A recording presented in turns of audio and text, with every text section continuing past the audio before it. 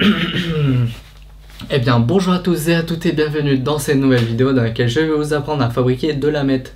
Non, je déconne, plus sérieusement je vais vous apprendre à fabriquer les fameux Secret Wood Rings que vous voyez affichés ici à ma gauche. Et pour ceux qui comptent m'accuser de plagiat sur Super Connery par exemple, qui a fait une vidéo assez similaire, eh bien sachez que vous devriez me suivre sur ma page Facebook où j'avais fait un post assez ancien d'ailleurs où je montrais mon intérêt pour ce genre de bague qui est devenu à la mode et qui a fait son apparition sur mon fil d'actualité Facebook et j'étais très intrigué, et donc c'est pour ça que dans cette vidéo je vais essayer de reproduire le plus fidèlement possible ce genre de bague, et je sais que ça va être très difficile de reproduire exactement la même chose. C'est pour ça que cette vidéo ça sera aussi une expérience pour moi. Ça se trouve je vais faire complètement de la merde et ça va pas du tout ressembler à ça, mais en tout cas je vais essayer, on va voir ce que ça donne. Et donc du coup on passe tout de suite à la présentation du matériel. On va tout d'abord utiliser différents types de bois. Alors ça par exemple je crois que ça s'appelle du Sipo, je l'aime bien pour sa coloration marron et il m'en restait des projets précédents.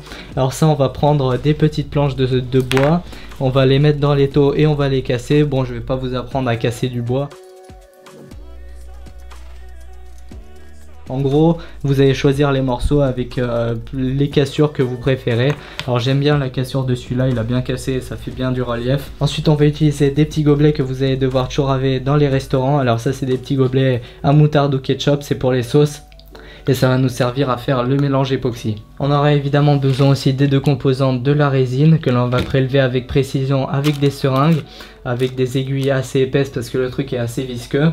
Ensuite on va colorer tout ça avec des pigments. Ici on a du pigment bleu, là on a du pigment orange je crois, et là c'est du vert. Et dès que la résine sera sèche et bien dure, on va pouvoir la polir. Donc pour donner un aspect miroir avec des pâtes à polir, ici j'ai toutes les pâtes à polir qui existent sur cette planète, et que l'on va appliquer sur ce rouleau à bouffiner là, ce truc tout doux que l'on va mettre dans la perceuse et qui va servir à faire une surface bien miroir, bien lisse, bien tout ça vous verrez bien. Et donc on passe tout de suite au mélange et on va essayer de faire sur un premier essai, on va voir ce que ça donne et on essaiera de faire mieux sur les prochains. Et petite précision pour vous rassurer, la Very Chimie que vous voyez ici, en fait c'était juste pour faire genre sur la vidéo. Ça servira à rien en fait. Alors c'est marqué en chinois qu'on va prendre du à 2,5 ml. Alors on va prendre le strict minimum, c'est-à-dire 2,5 ml. Par contre ce truc est super pâteux donc je vais galérer pour en prendre. Yeah.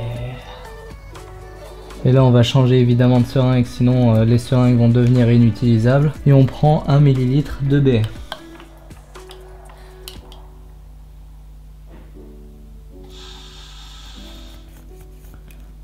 Et là on va essayer de voir ce que ça donne avec un peu de pigment. Je vais prendre d'abord celui-là, je sais même pas sa couleur en vrai. On plante. En fait je touille même pas, je vais le laisser comme ça. Et on va direct déverser ça là-dedans. Et là du coup je trouve que j'ai mis un peu trop de pigment. Je pense que je vais rajouter un peu d'époxy et je vais voir ce que ça donne.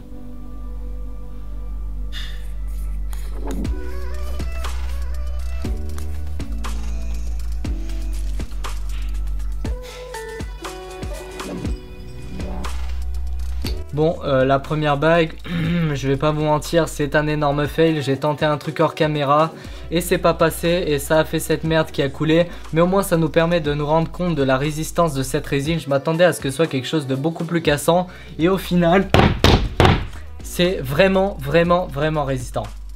Tant mieux d'un côté.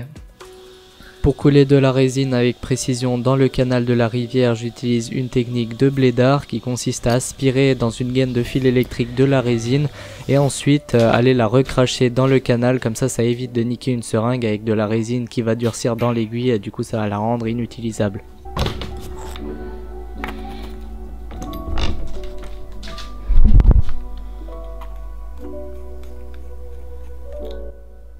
J'utilise ensuite un pistolet à colle pour coller légèrement chaque bague sur un support en bois pour le séchage et pour avoir l'étau disponible pour la bague suivante.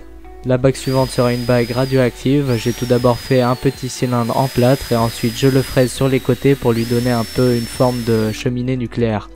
Et là maintenant pour fabriquer notre anneau radioactif, eh bien on prend notre bout de bois avec la fameuse petite cheminée nucléaire toute mignonne. Et ce qu'on va faire c'est qu'on va découper un petit logo radioactif que j'ai imprimé à l'imprimante laser en tout petit. On va découper ce petit rond, on va le coller sur la cheminée avec la résine époxy à séchage rapide. Donc en 5 minutes ça sera pris et ensuite on pourra couler la résine à séchage lent. Et puis pour ça on va la colorer en fluorescent, enfin en jaune fluo. En extrayant à la seringue dans du stabilo, on va pomper un petit peu de colorant et on va le mélanger à la résine. Je sais pas du tout si ça va être miscible, mais on verra bien. Comme j'ai dit, cette vidéo c'est une expérience. Vas-y, mais c'est quoi ce travail de chinois là?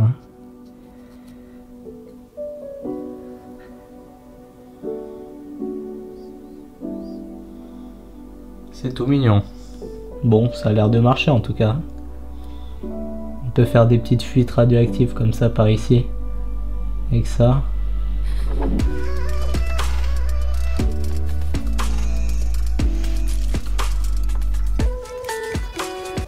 Je fais donc le mélange habituel et j'y ajoute quelques gouttes d'extrait de stabilo et franchement au final ça vraiment rentre bien. Je sais pas trop pourquoi dans la vidéo je rigole comme un attardé, c'est probablement parce que je me sens con de planter une seringue dans un stabilo et puis extraire son jus.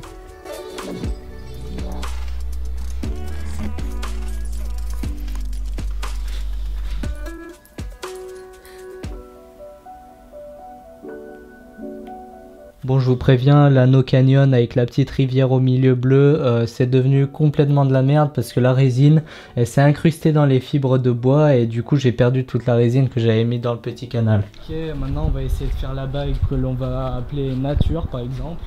Pour ça, il va falloir qu'on trouve du lichen et des petites fleurs, pas fanées si possible. Alors pour le lichen, j'ai une petite idée.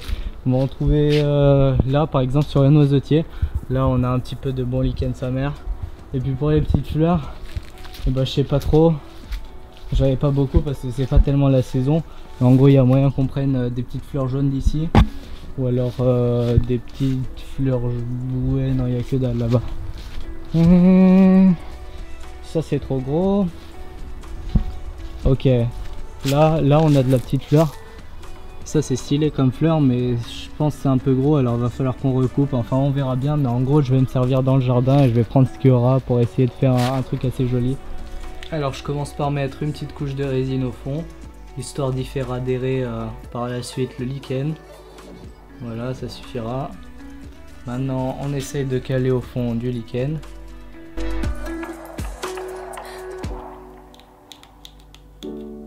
Putain de scotch de merde. Ok, on recale de la résine par-dessus. Maintenant, on y ajoute les fleurs.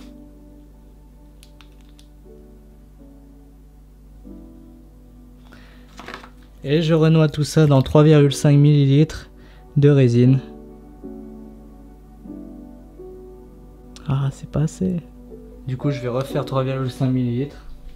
Maintenant je vais faire la bague que je vais appeler Winter. Alors pour ça je vais prendre un bois plutôt foncé pour faire un contraste avec la neige. Alors la neige sur le dessus je l'ai faite avec de la peinture blanche, de la peinture pour bois par exemple. Et ensuite je vais venir y coller au pistocol fin des petits sapins. Alors pour faire ces petits sapins, j'ai dans une grande branche de sapin j'ai pris des jeunes pousses et je les ai taillés de telle sorte à ce que ça fasse une forme de petit sapin.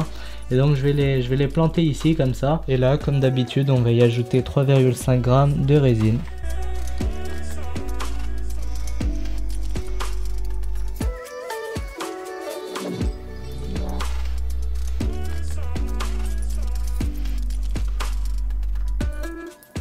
Et du coup là il me reste un peu de résine sans colorant et étant donné que la bague que j'ai appelée Canyon avec la rivière au milieu ça a totalement foiré. Alors je vais rajouter un peu de colorant bleu, je vais essayer de faire un bleu assez foncé et je vais le redéverser là dans la rivière parce que justement en fait ça s'est imprégné dans le bois et c'est descendu et du coup ma rivière bah, elle a plus aucun niveau. C'est triste. Bon go.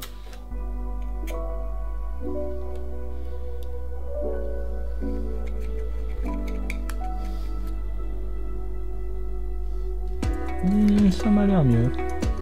Maintenant je vais faire la bague la plus difficile, celle avec une aurore boréale. Alors je commence par faire un fond enneigé avec de la peinture blanche et je coule ensuite un peu de résine bleue. Là j'ai repréparé un peu de résine translucide et j'ai attendu que celle-là elle sèche un petit peu. Et maintenant qu'elle est un petit peu plus rigide, eh bien je vais verser par-dessus la résine transparente. Et on va essayer de faire un dégradé un petit peu mieux que la dernière fois. Parce qu'on a vu que si on mettait deux nuances différentes, eh bien en fait elles se mélangeaient très vite. Et au final ça faisait une moyenne des deux couleurs. Et c'est pas vraiment ce que je veux, j'essaye d'obtenir des espèces de dégradés assez stylés. Et du coup on va voir ce qui va se passer maintenant. Après 12 heures de séchage, je lui mets par-dessus une couche de résine avec du fluo. Alors ma couche de fluo fait à peu près 1,5 mm. Et maintenant, après que ce soit devenu pâteux, donc après environ 4 heures de séchage, je remets une couche de bleu plus foncé et je touillerai légèrement avec une allumette pour essayer de faire les traînées de l'aurore. Je sais pas comment manipuler optimalement la résine pour faire quelque chose de bien. Et je sais pas non plus à quel prix ça se vend les Secretwood Rings. Mais je sens que le prix est plutôt élevé.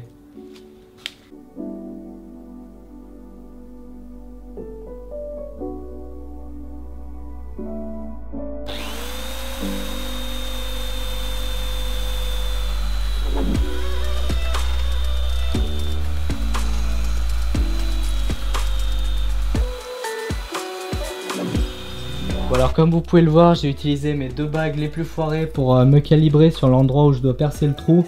Et j'ai bien eu raison de faire ça parce que comme vous pouvez le voir, j'ai complètement raté le trou, je l'ai fait beaucoup trop haut et j'ai enlevé beaucoup trop de résine. Mais au moins je l'ai fait du bon diamètre, il passe bien sur mes doigts. Et il m'a servi de repère pour me repérer donc sur les bagues que j'ai pas foirées. Et donc j'ai pu repérer le trou ainsi que le centre. Et du coup je sais où percer la prochaine fois sans rater. Et pour faire ces trous, eh bien j'utilise tout d'abord pour pré-trouer un foret à métal de diamètre 6. Et puis ensuite j'utilise le fameux foret à étage qui perce dans tout et c'est tout à fait pratique. Donc ce qu'on va faire maintenant, c'est qu'on va finaliser les trous sur les bagues. On va raccourcir le bout de bois parce que je l'ai laissé beaucoup trop long. Et puis eh bien on va polir, on va finir le polissage, on va essayer de faire une surface.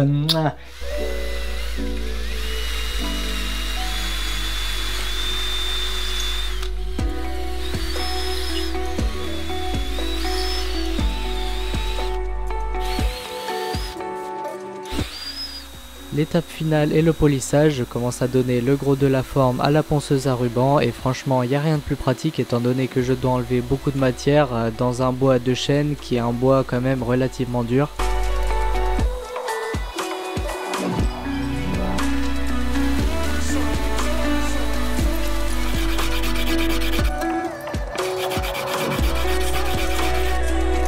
Je passe ensuite sur du papier de verre avec un grain de plus en plus fin pour enlever toute rayure et je finis avec un disque de feutre et de la pâte à polir.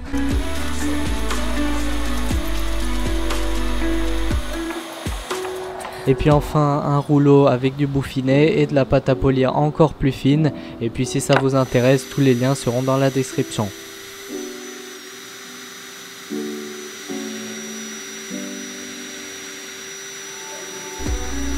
Et voici le résultat final après 30 minutes de polissage par bague. Et oui, j'ai tryhard.